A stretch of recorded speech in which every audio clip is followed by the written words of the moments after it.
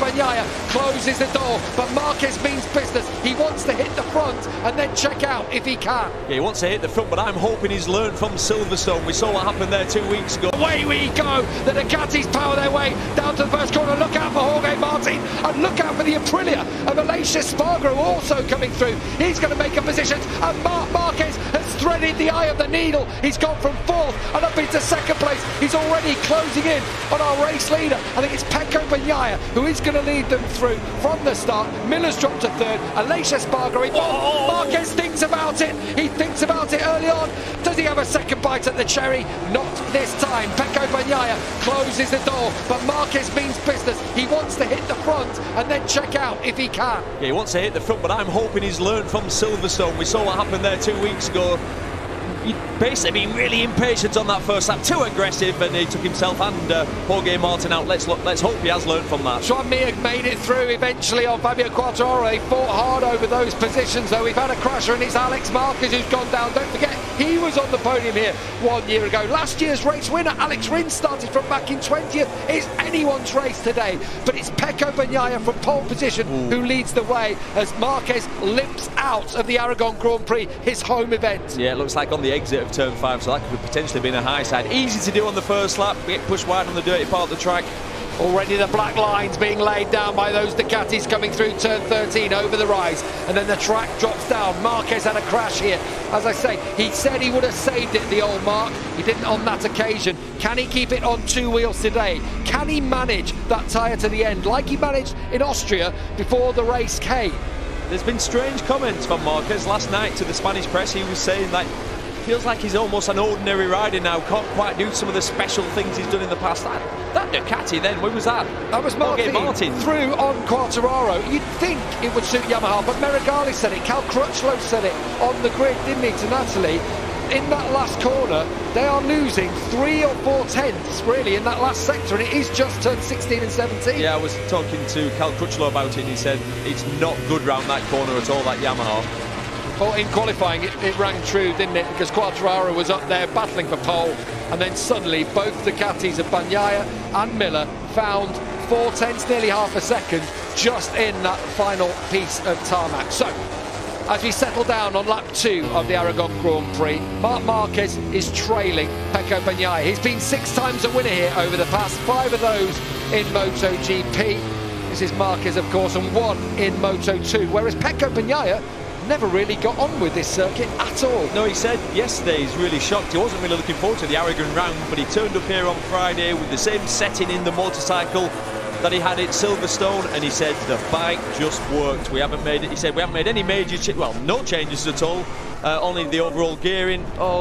Jake Dixon, who's gone down. He was just battling, actually. He was ahead of Valentino Rossi. And Rossi just got through on him, and Dixon lost 2 seconds and went down. So I'm wondering if that was in a kind of overtaking manoeuvre that happened, but Dixon, unfortunately for him, has crashed out, and that will do huge damage, I would say, to his aspirations of becoming a MotoGP rider. Do you know, what a shame. Like this morning again, he's only 1.3 seconds off the fastest riders, looking good, really learned a lot this weekend, but he needed to try and learn from the race, get involved, but obviously not possible.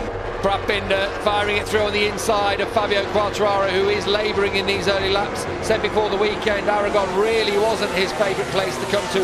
Actually, around the rest of the track, he's fast, but in that last sector, he just can't get it working. Brad Binder's going to be so close. Whoa. Wow, on the inside of Quartararo, he eventually does bring it down. But when the grip levels go down, for some reason, that KTM seems to come to the fore. Yeah, it seems easy on tyres. Quartararo's got his hands full here. The problem is that last sector for the Yamaha. He struggles so much. The bike slow down the straight. It doesn't turn around turn 16, and it just gives all the riders that he's battling with that advantage. And you wouldn't want to be battling with Brad Binder at this point of the race. He's got Equal Corner right behind him. Then Enea Bastianini, who's been on form. Paul Espargaro, who has gained confidence from that Silverstone ride. Watch how close this is into turn 1. This is tight. On board with Fabio Quartararo, that's Brad Binder, and he backed out of it early enough on that occasion, the South African. And he's got Ika Lecuona behind him to contend with, and Lecuona having a good last few races. And we talk about the Yamaha not working in the fast final corner, which confuses me, but it isn't. And yet the Ducati riders, Jack Miller in particular, saying this Ducati is that he's ridden it here for a few years, was on the podium here actually a couple of years ago, says it's the best turning Ducati that he's ever ridden. Yeah, and he sounded so surprised by it. But like Michael was saying earlier, there's been lots of small changes on that Ducati this season, and they've all I think they've just married together, just working together, and I think that's why we see Ducati reaping the benefits from all those marginal gains, I guess. Pecco Bagnaia, you could just see the blast of that Ducati pulled away from the Honda, but back on the brakes, it all concertinas up once more. Both get on the throttle fairly similar times. He's being warned that Marquez is behind him. Jack Miller actually the fastest rider on the circuit, keeping tabs with Marquez, who runs it tight into the back of Bagnaia. 1 and 2 in this race. They were many people's picks before the race, that they both showed throughout the weekend they had the pace. Miller's an unknown quantity, I think. I think Espargaro we've seen can manage a race now, put it on the podium last time in a battle of attrition at Silverstone. And Joan Mir is the one there in fifth, not being dropped, 1.4 down, 2 podiums here last year. Suzuki felt quietly confident ahead of this one. Yeah, really confident. I was speaking to Frankie Carcetti, Joan Mir's crew chief last night, and he said they made a huge step all the way through Saturday, every session. So you know what Mir's like. He's good on tyres, he's a great racer, and certainly he's one of those racers that normally goes forward. And they've ditched that side of the garage, have ditched the rear ride height device, which surprised me, because you think out of turn 15 that would be an absolute necessity. Yeah, but that's really the only place that it's an advantage. Then the rest of the track, it's not an advantage anywhere else, and you're carrying that 3 extra kilos on the bike. So they said it works, but it's not refined yet. They need more time, and you know what riders like, they put it on because they want the latest thing, they want to try what's new, but then actually when you calm and you evaluate it, it's not quite there yet. So you don't want to be developing it during the race weekend. So he's still in this title fight. He's second in the championship. With 7 different winners in 12 races and 6 manufacturers in the top 6 last time, you haven't got time to develop stuff in race. You just have to get out there and run what you've run. Just looking down through the order as Bagnaia comes across, Jorge Martin's now tucked in nicely behind Joan Mir. But right at the back, Cal Crutchlow's just got through on Luca Marini for 17th place, and Maverick Vinales is in 19th. He's just ahead of Valentino Rossi, who's at the back of the field. Dixon and Marquez are our 2 early crashers. I feel like it's a penny for your thoughts. Maverick Vinales down in 19th place. He's lapping about, 1.5 seconds off the pace, off what the leaders are doing anyway, and he must be thinking already at this point, this is maybe not what I was expecting. It's early days, of course it is. He's only had 1 test on that Aprilia. He's thrown himself in the deep end, really, to come and race here.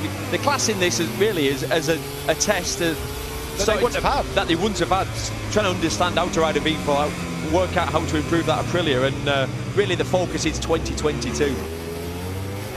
I thought we were about to get the run on the Ducati. Square off now to head through turn 17. Here we go then. 1 lap to go in the Aragon Grand Prix. We're on board with Marc Marquez, riding towards turn 1. Here he comes again. He's going to go wide. He's not going to get that stopped. He must go wide. Yes, he does. And again, Bagnaia right around him. And that is absolutely stunning from the Italian, looking for a first ever MotoGP win.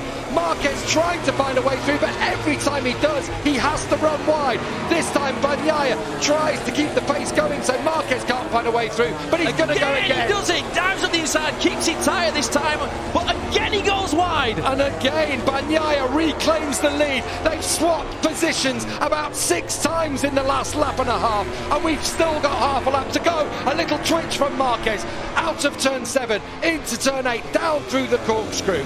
Respect here for Pecco Bagnaia. He's stayed calm. The attacks are coming literally every corner, and he's not made 1 mistake yet. He's so aware of what Marc Marquez is trying to do to him, and if he sees that orange bike alongside him as they get close, running through turn 11 on this occasion, is there going to be a move into 12? Marquez trying to get alongside. Here he is. He's going to do it into turn 12. Surely he's going wide. He's off the track.